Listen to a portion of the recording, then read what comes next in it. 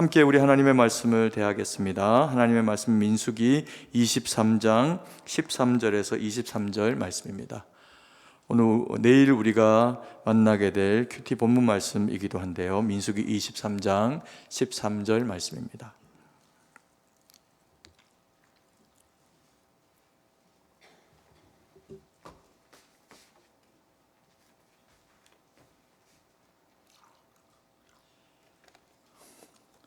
민수기 23장 13절 말씀 한 절씩 나눠서 읽고 마지막 절은 같이 읽겠습니다. 발락이 말하되 나와 함께 그들을 달리 볼 곳으로 가자. 거기서는 그들을 다 보지 못하고 그들의 끝만 보리니 거기서 나를 위하여 그들을 저주하라 하고,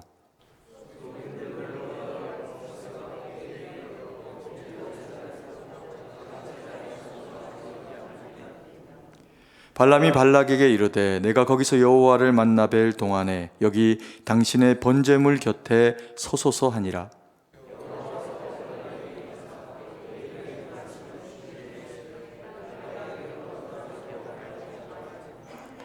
발람이 가서 본즉 발락이 번제물 곁에 섰고 모압 고관들이 함께 있더라. 발락이 발람에게 이르되 여호와께서 무슨 말씀을 하시더냐.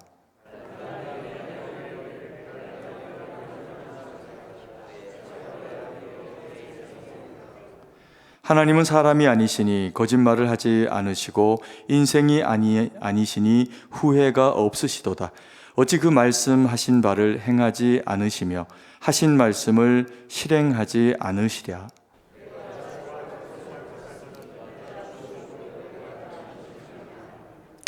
야곱의 허물을 보지 아니하며 이스라엘의 반역을 보지 아니하시는도다. 여호와 그들의 하나님이 그들과 함께 계시니 왕을 부르는 소리가 그들 중에 있도다.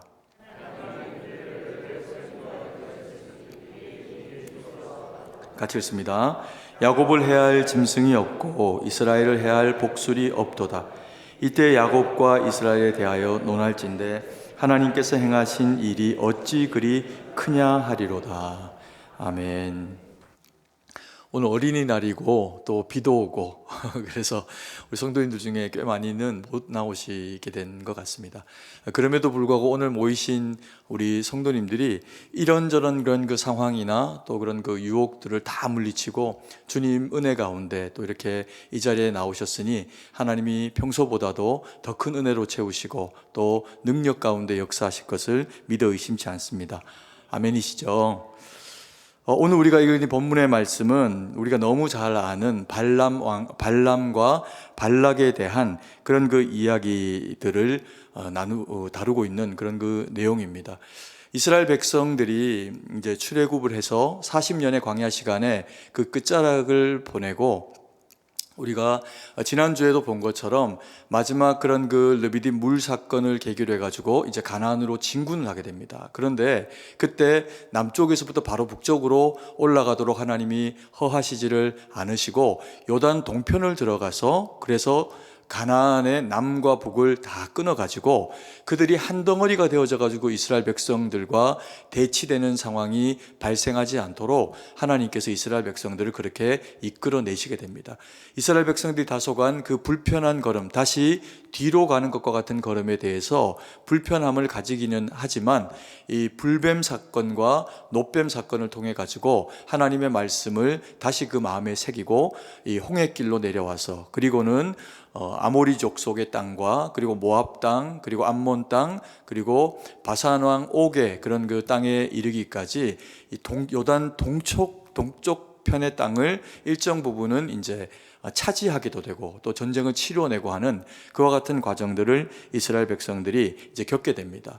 그때 이제 일어난 이 사건인데요. 이 모압 왕 발람이 볼 때 이스라엘 백성들의 그 행보가 너무 두려운 겁니다. 왜 두려웠냐 하면 그들이 이 모압 족속들이 아모리 족속들을 이기지 못해가지고 땅을 빼앗긴 그런 이제 경험들이 있는데 이스라엘 백성들의 이 진군하는 이런 그 모습들이 얼마나 강하고 드세웠던지 아모리 족속을 박살을 낸 겁니다. 그리고 이제 모압 땅을 지나가지고 왕의 대로를 지나서 그리고 이제 요단 동편으로 가려고 하니까 혹 그들이 지나가다가 모압을 침략하게 되는 경우가 생기면 자신들이 이것 이 이스라엘 백성들을 어떻게 이겨낼까, 어떻게 당해낼까라고 하는 것에 대한 두려움에 빠지게 됩니다. 그래서 힘으로는 이들을 이겨내기가 쉽지 않을 것처럼 보이니까 이 발락이 꾀를 낸 것이 뭐냐면 거짓 선지자 발람을 들어가지고 이스라엘 백성들을 저주하도록 하는 그런 이제 일을 시키게 됩니다. 근데 우리가 이 발람이라고 하는 이 대상은 이 구약 성경 가운데 등장하는 대표적인 거짓 선지자입니다. 거짓 선지자라고 하면 거짓말을 하는 것도 거짓 선지자이지만 하나님의 뜻에 반하게 행동하거나 악하게 이스라엘 백성들에 대해서 그렇게 행동하게 되는 선지자들을 이제 거짓 선지자다라고 그렇게 이야기를 할 수가 있겠죠. 그래서 출애굽하는 이스라엘 백성들을 향해 가지고 악한 일을 이제 하고자 하는 그런 그 마음을 꾀했던 자가 이 발람이라고 하는 선지자입니다. 그래서 이 모압 왕이 그를 신하들을 보내갖고 찾아가서 당신에게는 능력이 있으니까 당신이 저주하는 자를 하나님이 저주하시고 당신이 축복하는 자를 축복하니 이스라엘 백성들을 좀 저주해달라. 그래서 그들이 우리 앞에서 엎드려지고 그리고 패할 수 있도록 해달라라고 하는 요청을 하게 됩니다. 그랬더니 이 발람이 그 이야기를 듣고 나서 하나님 앞에 내가 묻겠다라고 이야기를 하면서 두 번에 걸쳐 가지고 하나님 앞에 물으면서 이스라엘 백성들에 대해서 하나님이 어떤 마음을 가지고 계신지를 그 모압 왕에게 일러주게 됩니다. 근데 그 내용이 어떤 거냐면 저주해 달라고 했는데 하나님이 저주할 생각이 없으신 거죠. 자기 백성을 저주하는 하나님은 말이 안 되는 얘기지 않습니까? 그런데 그 일이 이루어지게 하기 위해 가지고 이제 그 발람에게 지속적으로 이제 그것들을 이제 요청을 하게 됩니다. 그랬더니 이 발락의 그런 그 이야기 가운데 100% 동의할 수는 없지만 하나님이 이것을 명하시지는 않았지만 하나님이 하시고자 하시는 얘기만 내가 당신에게 전달하겠다라고 하면서 그 걸음을 따라가게 되죠. 그 걸음을 따라가게 됐다가 이제 되어진 일이 뭐냐면 우리가 너무 잘 아는 그가 타고 있는 나귀가 천사를 보고 이제 한쪽 벽을 기대 갖고 천사가 칼을 빼고 있으니까 이제 그 발람을 죽음으로 몰고 갈 수 있게 될 것 같아서 이 나귀가 자기 선지자를 보호하기 위해서 이제 벽에다가 선지자의 발을 막 긁으면서 이렇게 가게 됩니다. 그때 이제 이 발람이 왜 네가 내게 이렇게 하느냐라고 하면서 회초리로 이제 3번을 그렇게 때리게 되니까 나귀가 말을 하는 거죠. 놀라운 일입니다. 마귀가 말을 해서 네가 왜 그 걸음을 가느냐, 그리고 하나님에게 어떤 이스라엘 백성들에게 반하는 일도 하지 말라라고 하는 얘기를 듣고 또 그리고 천사가 칼을 빼고 서 있는 것을 그제서야 보게 됩니다. 그리고 입을 단돌이 하고 그리고는 이제 발락에게 나아가게 되는데 이 모든 과정을 통해서 이렇게 보면은 이 발람이 이스라엘 백성들을 축복하기 위해 가지고 갔다기보다는 자기가 어떻게 해서든 부하게 되기 위해 가지고 자기 몸값을 자꾸 이제 높이는 그런 일을 하게 되고 그러면서 저주하고 싶은 마음을 가지고 부를 얻기 위해 갖고 나아간 그 걸음을 걸어가게 된 것을 보게 됩니다. 그리고 나중에는 이 발람이 이스라엘 백성들에게 처참한 최후를 당하게 됩니다. 왜 이 사람이 하고자 했던 모습이 그러한 것인지에 대해서는 이게 뭐 본문에 다음번에 설명할 수 있는 기회가 될지 모르겠지만 기회가 되면 다음번에 제가 또 설명을 그렇게 드리기도 할 겁니다. 오늘은 그것까지 다 설명을 드리기에는 시간이 부족하니까 어쨌든 이런 그 모압 왕 이 발락의 그런 그 이야기를 듣고 그리고는 이제 발람이 그 걸음을 쫓아가서 이스라엘 백성들을 저주하기 위해 가지고 한 3번 정도 이렇게 높은 산 위에 올라갑니다. 그리고는 꽤 많은 비싼 제물을 드리면서 소 7마리 그리고 또 양 7마리를 하나님 앞에 이제 드리면서 제단을 쌓아 드리면서 그리고 이제 이 발람을 통해서 이스라엘 백성들을 저주하도록 그렇게 이제 요청을 하게 됩니다. 근데 그때마다 하나님이 이스라엘 백성들을 축복하시고 오히려 복을 빌게 하는 그런 그 장면을 오늘 이 본문의 말씀이 다루고 있습니다. 그 중에서 3번의 그런 그 하나님 앞에 그들을 저주해 달라라고 하는 이런 어떤 저주의 이 제사에 대해서 2번째 해당하는 그런 이제 이야기들을 우리가 다루고 있습니다. 뭐 어떤 이제 경우여도 하나님이 이스라엘 백성들을 향한 그 축복과 사랑의 눈은 변하시지 않고 바꾸시지 않는다라고 하는 것을 당연히 이야기를 하고 있는 거죠. 그리고 이 선지자는 선지자라고 이름이 불리기는 하지만 그의 그 몸값을 올리고 그리고 수수료를 받고 그러면서 자기의 유익을 취하려고 했던 사람이기 때문에 결코 옳은 선지자가 될 수가 없다는 겁니다. 선지자는 당연히 어떤 경우라도 하나님이 원하시는 말씀을 해야 하고 하나님이 그 입술에 넣어주는 말씀만 해야 하는 그런 그 책임이 있는 겁니다.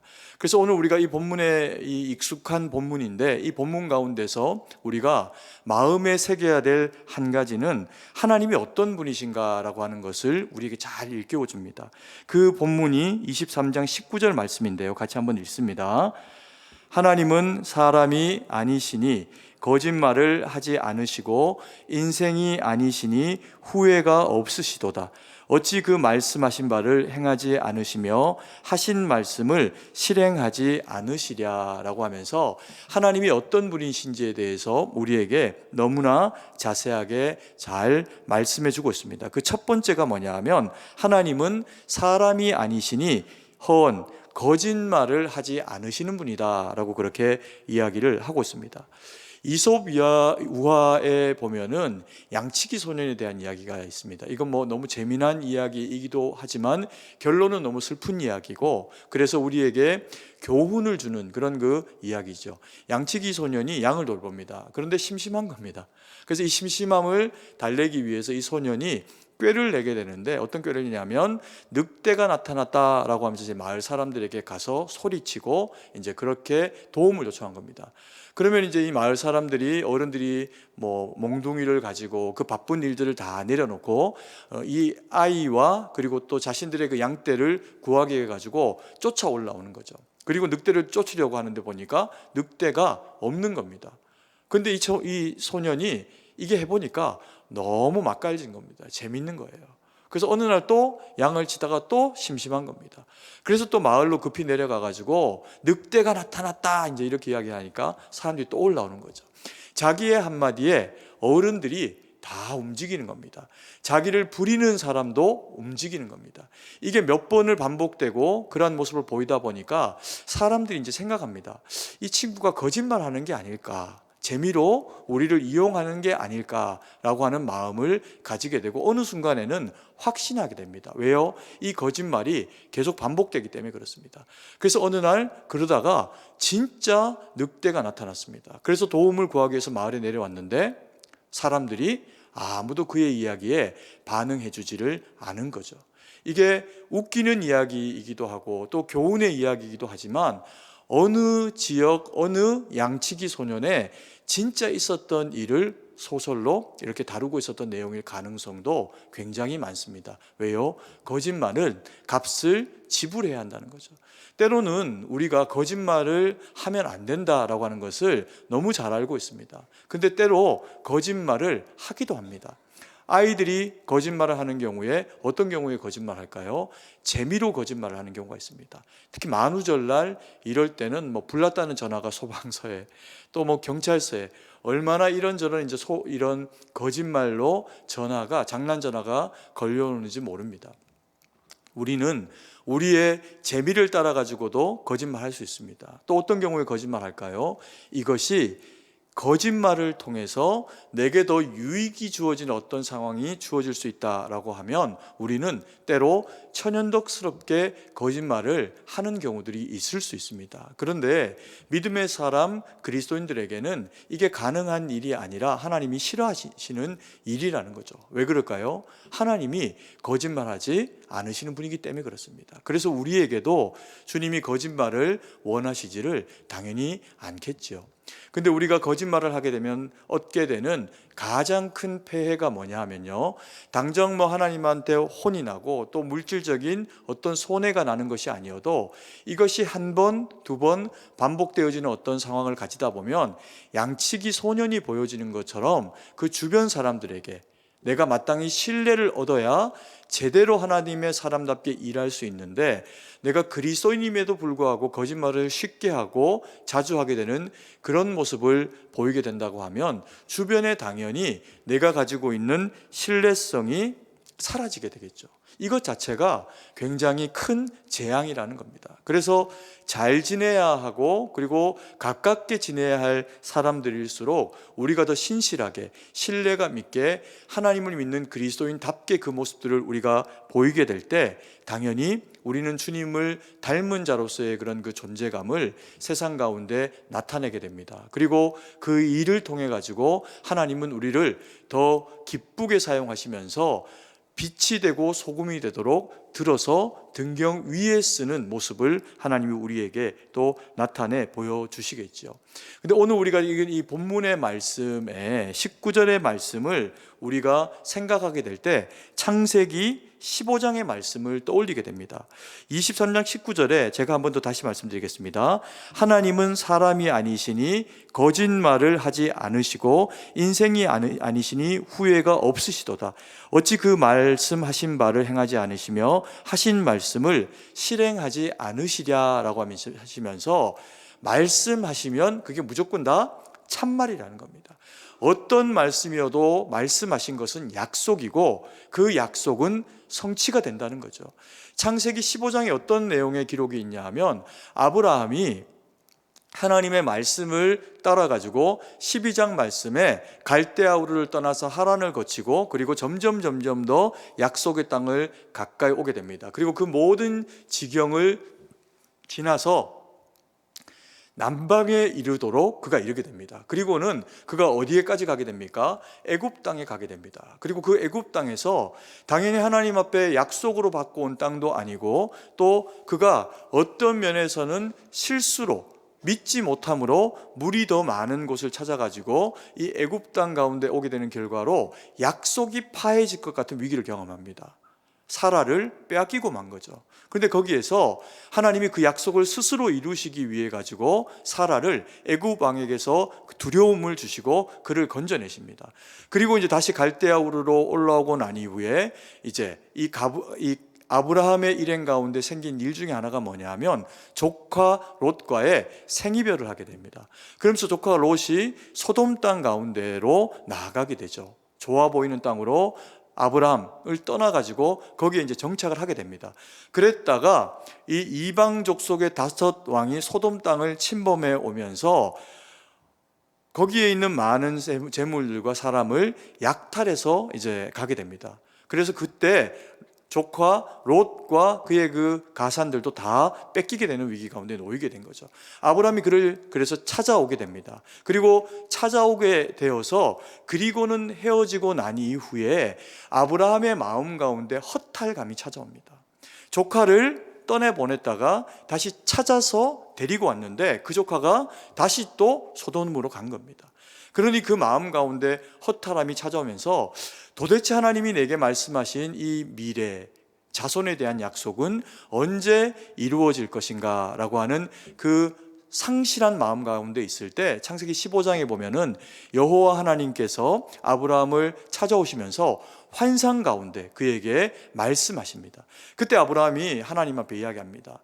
하나님이 내게 후손을 주시지 아니하였으니 내게는 후손이 이 다메섹 사람 엘리에셀 밖에는 없습니다. 이 종에게 내가 모든 것을 다 물려줘야 되는 약속도 무엇도 다 그에게 줘야 되는 상황 가운데 있습니다 라고 하니까 하나님께서 아브라함 가운데 다시금 그 말씀 약속을 명확하게 하시면서 비록 그가 더 나이 들었고 그동안에 더 많이 쇠약해졌을지라도 하나님이 그에게 후손을 반드시 허락하시겠다라고 하시는 약속을 하십니다. 그래서 양과 소를 갈라놓고 그리고는 거기에 이제 아브라함이 기다리다 잠이 들었을 때 그 쪼갠 고기 사이로 여호와 하나님께서 지나가시면서 약속을 하십니다. 너의 후손들이 너의 허리에서 난 자가 이방에서 객이 되리라. 애굽에서 종살이하는 것을 이야기하시는 거죠. 400년을 종살이하고 난 이후에 그들이 이 땅으로 다시금 올라오게 될 것이다 라고 이야기를 하시면서 창세기 15장 18절에서 21절 말씀에 이렇게 이야기하십니다. 제가 읽어드리겠습니다. 그날에 여호와께서 아브라함과 더불어 언약을 세워 이르시되 내가 이 땅을 애굽 강에서부터 그 큰 강 유브라데까지 내 자손에게 주리니 곧 겐 족속과 그니스 족속과 간몬 족속과 헷 족속과 브리스 족속과 르바 족속과 아모리 족속과 가나안 족속과 기르기스 족속과 여부스 족속의 땅이니라 하셨더라. 이게 무슨 말씀입니까? 오늘 이스라엘 백성들이 행하고 있는 이 걸음이 하나님이 말씀하시는 이 약속 가운데 있는 걸음이라는 겁니다. 그래서 하나님이 아브라함에게 이 약속을 하시고 난 이후에 하나님께서 이 약속에 대해서 한 번도 잊지 않으셨고 이스라엘 백성들의 이것이 역사적인 사실로 이루어지도록 그들을 이끌어내고 계시다라고 하는 것을 말씀하고 계시는 거죠. 그래서 이스라엘 백성들이 광야에서 터를 잡고 지금 텐트를 치고 있습니다. 그들을 저주하기 위해 가지고 발락이 그리고 발람이 산 위에서 이스라엘을 바라보면서 저주할 건덕지를 찾고 하나님 앞에 저주해달라고 그렇게 요구합니다. 그럴 때조차도 하나님께서 그들을 향해서 바라보시는 모습이 어떠하다고요? 하나님이 그들에게 말씀하셨고 언약을 하셨으니 하나님께서는 그것을 지키시겠다라고 그렇게 말씀을 하고 계시는 겁니다. 그래서 그들이 하나님의 약속의 걸음 가운데 모압 평지를 다가가기 위한 그 걸음으로 걸어가고 있으니 이 걸음은 하나님이 이끌어내신 걸음이고 하나님이 함께 하시는 걸음이라는 겁니다. 그래서 너희가 아무리 저주하려고 해도 하나님은 이것에 대해서 뜻을 돌이킬 그런 그 생각도 의지도 없다라고 그렇게 이야기를 하고 계시는 거죠. 그래서 하나님은 시건치 않은 분이고 반드시 우리와 함께 하시겠다고 약속하셨으면 함께 하시는 분이라는 겁니다. 때로 우리가 하나님 앞에 기도하면서 기도의 응답을 당장의 현실로 받는 것이 아니라 마음 가운데 주시는 하나님의 말씀이나 기도 가운데 주는 거룩한 확신 혹은 성령의 충만으로 두려움 가운데 있는 우리에게 깨닫게 하시는 경우가 있습니다. 그래서 그걸 믿고 의지하고 내 기도를 하나님이 받으시는 거구나. 내 이 모든 걸음 가운데 하나님이 함께하고 계시는구나. 그것을 우리로 하여금 믿게 하실 때가 있습니다. 그런데 이상하게요, 분명히 하나님이 우리에게 말씀하셨고 깨닫게 하셨고 그것을 확신하게 하셨는데 그 현실이 내게 당장에 이루어지질 않는 겁니다. 직장을 놓고 취업을 위해서 혹은 입시를 놓고 간절히 주님 앞에 기도하고 이런저런 상황을 놓고 하나님 앞에 기도할 때 그 기도가 응답이 되지 않는 거죠. 또 이런 경우가 있습니다. 가족의 구원을 놓고 하나님 앞에 기도할 때 내가 주님의 은혜를 경험하고 나니까 세상의 다른 무엇보다도 주님 앞에 주의 백성으로 거듭나지고 서게 되는 것이 비교할 수 없는 하나님의 은혜인 것을 알게 됐습니다. 그러면 내 주변에 내가 할 수 있는 기도의 제목들 가운데 가장 중요한 기도의 제목이 뭘로 바뀌냐 하면 가족의 구원으로 바뀌게 되죠. 내 남편의, 내 부모님의, 그리고 내 자녀들의 그 신앙이 주님 앞에 바로 세워지는 것이 가장 큰 기도의 제목이 되는 경우가 있습니다. 그런데 참 너무 속상하고 안타깝게 이 기도의 제목은 시간이 걸립니다. 1년 만에 응답하시는 경우도 있지만 혹은 그 기도의 제목들을 그렇게도 들어주시지 않아서 인생의 마지막 때가 되어서야 하나님 앞에 돌아오게 되는 그런 경우도 있더라는 겁니다. 그러면 우리는 낙심하게 되죠. 하나님이 왜 내 기도를 들어주시지 않을까? 이게 뭐 그렇게 안 들어주실 만한 일이라고 이 기도에 이렇게 응답하지 않는가? 이런 마음이 섭섭함으로 우리 가운데 찾아올 수 있습니다. 이때 우리가 믿어야 하는 것이 있습니다. 이스라엘 백성들의 이 걸음은요, 하나님이 말씀하실 때는 400년 이렇게 말씀하셨어요. 근데 이제 학자들이 이것을 미루어 계산하여 그렇게 바라보면 한 430년에서 한 480년 정도의 기간이 걸렸다라고 그렇게 이야기합니다.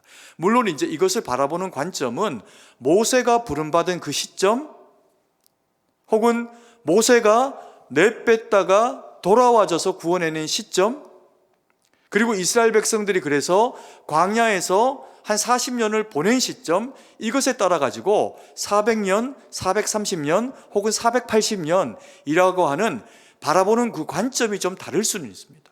근데 중요한 것은 뭐냐면요, 하나님은 그렇게 불러내시겠다라고 하시고 난 이후에는 이스라엘 백성들의 마음의 시간이 지금이었으면 좋겠다라고 하는 그 시간은 아닐지 몰라도 하나님의 계산하시는 그 시간 가운데 이스라엘 백성들은 어느새 광야 가운데 나와 있다는 겁니다. 이 시기는 우리가 결정하는 게 아니라는 거예요. 하나님이 우리에게 가장 적합한 시기에 우리를 불러내신다는 겁니다. 그리고 이런 응답이 또 당장에 이루어지지 않는 그런 경우에 이유가 또 하나 있습니다. 내가 직장을 놓고 학교를 놓고 하나님 앞에 간절히 기도했는데 다른 학교를 주실 때도 있고 다른 직장을 허락하실 때가 있고 내지는 전혀 다른 어떤 결과가 우리에게 주어질 때도 있습니다. 근데 이때 중요한 게 뭐냐 하면 오늘 말씀하십니다. 하나님은 인생이 아니시니 무엇하지 않으신다? 거짓말하지 않으신다. 그 후에는 뒤에 나옵니다. 그래서 하나님은 거짓말하지 않는 분이라는 겁니다. 성경을 너무 정확하게 읽으셔가지고 감사합니다. 하나님은 거짓말하지 아니하시는 분이다라고, 허언하지 않는 분이다라고 그렇게 이야기하죠. 그러면 이것이 우리에게 더디 이루어질 때, 약속이 더디 이루어질 때는 어떤 때냐? 하나님이 우리를 향한 내가 생각하고 바라보고 구하고 있는 기도의 제목보다 더 귀한 것을 우리에게 주시기를 원할 때 우리의 응답은 더디 이루어질 수 있습니다. 그리고 이것은 시간이 지나고 나서야 깨닫게 됩니다. 그때 내가 그것을 구해서 그것을 주셨으면 생각해보면 큰일 날 뻔했다라고 생각되어지는 경우가 이스라엘 백성들의 경우만 아니라 우리가 우리의 삶을 돌아보면 확인할 수 있습니다. 그렇지 않습니까? 제 삶에도 많습니다. 제 삶에도 내가 그토록 하나님 앞에 간절히 구하고 금식하며 구하고 막 땡깡 부리고 기도하고, 심지어는 어른들이 기도를 그렇게 하라고 했습니다. 기도원 올라가가지고 소나무를 하나 붙잡아라. 그 개를 막 흔들면서 기도해요. 그게 뽑힐 정도로 하나님 앞에 기도하면 하나님 반드시 응답하신다. 뽑혀도 하나님 뜻이 아닌 것은 하나님이 그런 방식으로 응답하시지는 않더라고요. 그런데 정말 우리가 하나님을 믿어야 될 것은, 그래서 그것이 내게 주어지지 않더라도 돌아보니 내 인생에 언제나 그것을 주시지 않았다면 그 하나님은 언제나 그것보다 더 좋은 것을 저에게 허락하셨습니다. 아멘이십니까? 아니, 저한테가 아니고 여러분들에게도, 우리 성도님들의 삶에도 하나님이 그렇게 역사하셨습니다. 아멘이십니까? 우리의 모든 걸음은 하나님의 걸음 가운데 있고 하나님의 인도하심 가운데 있어서 주님은 우리에게 가장 좋은 것으로 채우시는 걸음이라는 거죠. 그래서 당장의 이스라엘 백성들이 가데스 바네아에서 위쪽으로 바로 북침에서 올라가는 그와 같은 일이 그들에게 시간적으로는 조금 더 멀게 보여질지 모르나, 그러나 이들은 경험합니다.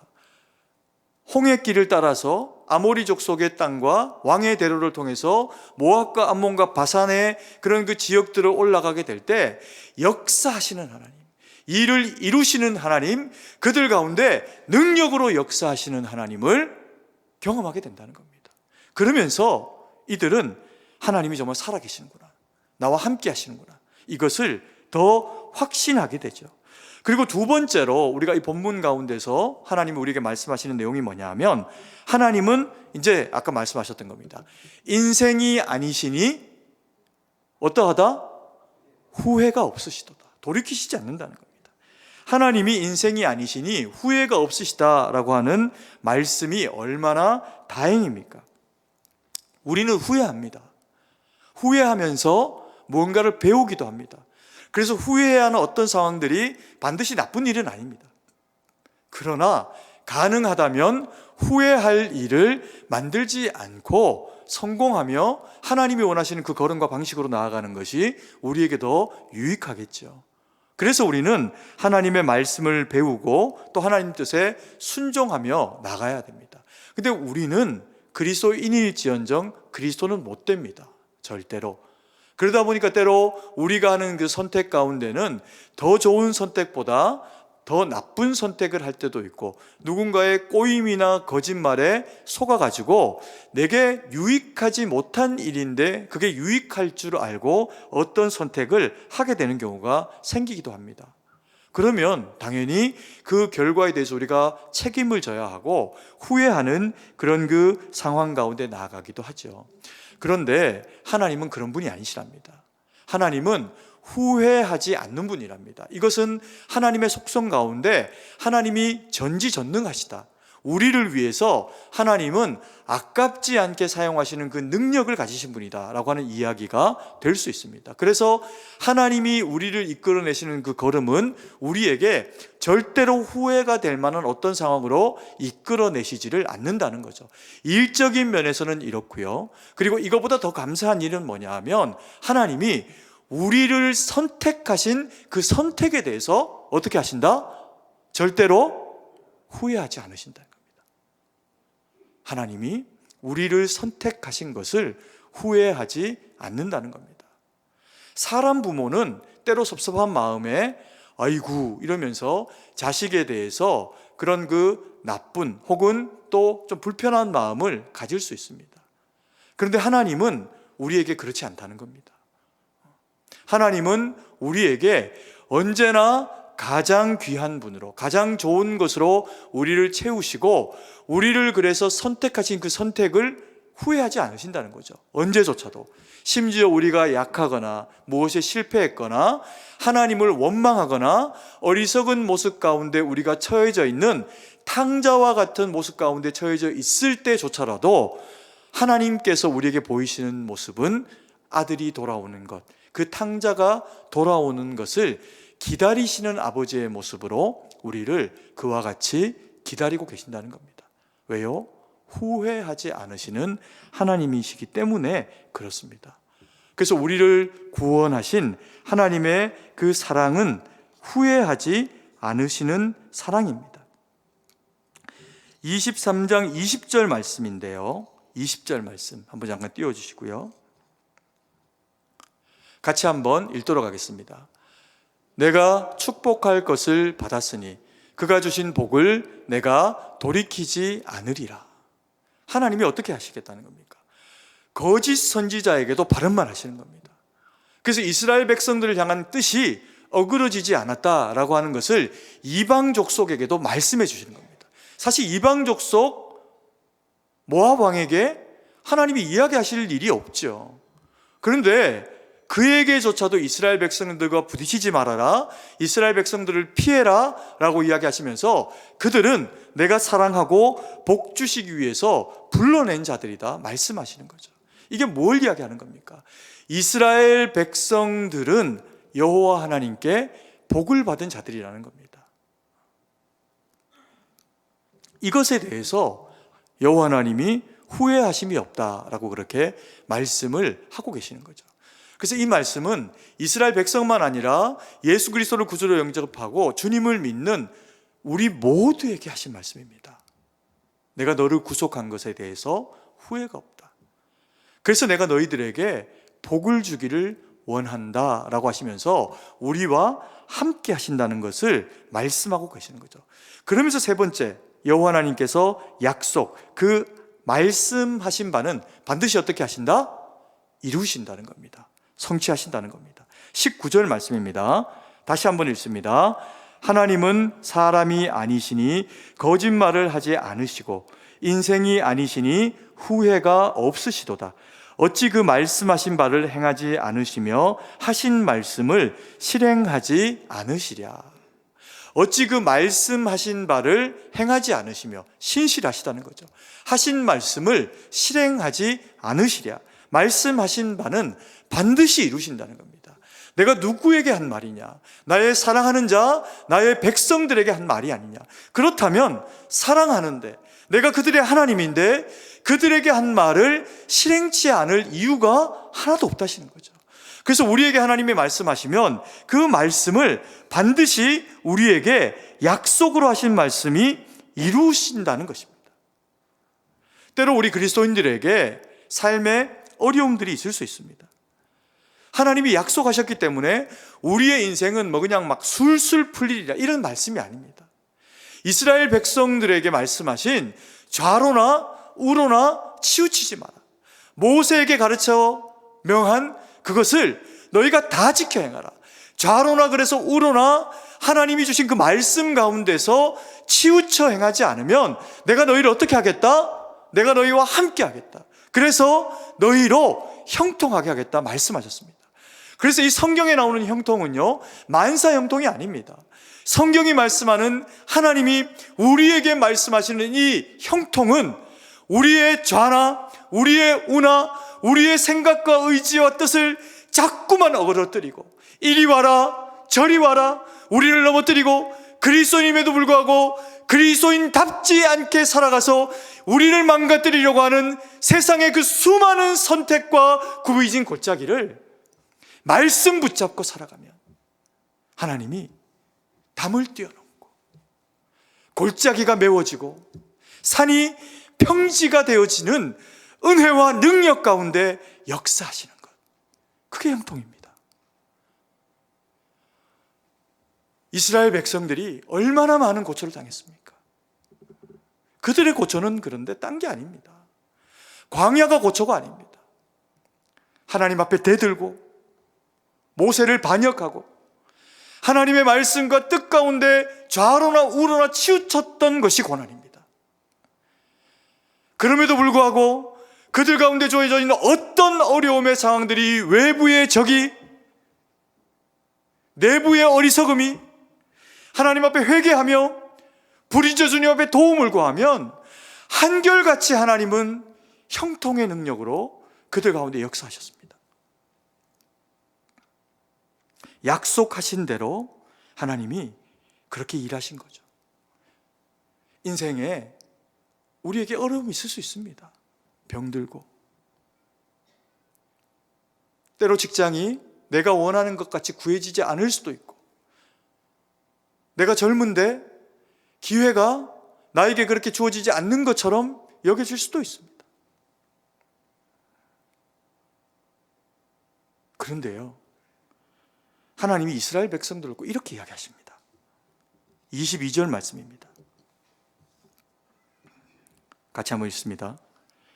하나님이 그들을 애굽에서 인도하여 내셨으니 그의 힘이 들소와 같도다. 하나님이 이스라엘 백성들을 불러내고 광야를 거치게 합니다. 이게 누가 보기에? 여호와 하나님이 자기 백성들을 보기에, 그리고 하나님이 이 백성들을 사랑한다라고 하는 것을 알고 있는 발람이 보기에 이스라엘 백성들이 들소떼처럼 보인 겁니다. 여러분, 소가 어떤 짐승입니까? 1차적으로 이스라엘 백성들이 볼 때 정한 짐승입니다. 그리고 소는 힘이 무지무지하게 센 짐승입니다.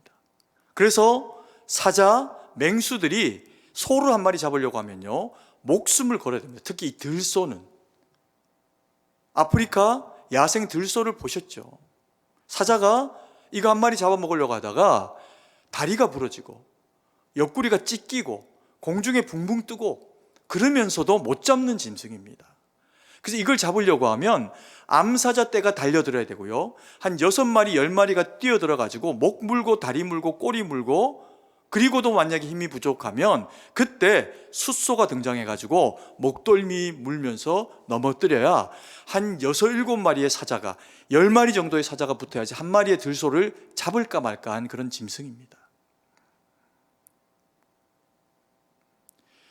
하나님이 이스라엘 백성들을 들소떼에 비유하고 계세요. 이스라엘 광야 마지막에 가나안을 앞두고 이스라엘 백성들을 향해서 하나님이 송아지도 아니고 들소라고 이야기합니다. 이스라엘 백성들의 광야 초기에 그들이 정탐을 보냈다가 돌아와서 약속의 땅에 대해서 악평하면서 스스로가 스스로에게 자기들이 어떤 대상이라고 이야기했습니까? 우리는 그들의 보기에 메뚜기 떼와 같다. 밟으면 부스러지고 죽을 수밖에 없고 그들은 거인이고 우리는 메뚜기와 같다. 이게 자신들에 대한 평가였습니다. 그런데 자신들이 자신에게 하는 평가가 아니라 적들이 이방 가운데서 하나님이 그들의 눈을 열어서 보이게 하시는 이스라엘 백성들의 모습이 뭐냐 하면 소떼라는 거죠. 그것도 들소떼라는 겁니다. 여러분, 어떤 사자도, 어떤 사자의 떼도 들소떼를 정면으로 들이받는 경우는 없습니다. 특히 목적지를 향해서, 물을 향해서 나아가고 있는 들소떼, 들소가 아니라 룻떼라 하더라도 그들 앞을 가로막고 있는 사자는 밟혀서 오히려 찢겨서 죽임을 당하게 되어 있습니다. 적이 없다는 거죠. 누가 막겠느냐? 이 백성을. 그리고 오늘 우리가 읽지는 않았지만 23절 바로 밑에 24절의 말씀에는 그와 같은 이야기를 합니다. 이스라엘 백성들은 암사자와 같다. 이스라엘 백성들은 수사자와 같다. 친절하게 띄워주셨는데요. 24절 말씀도 같이 한번 읽겠습니다.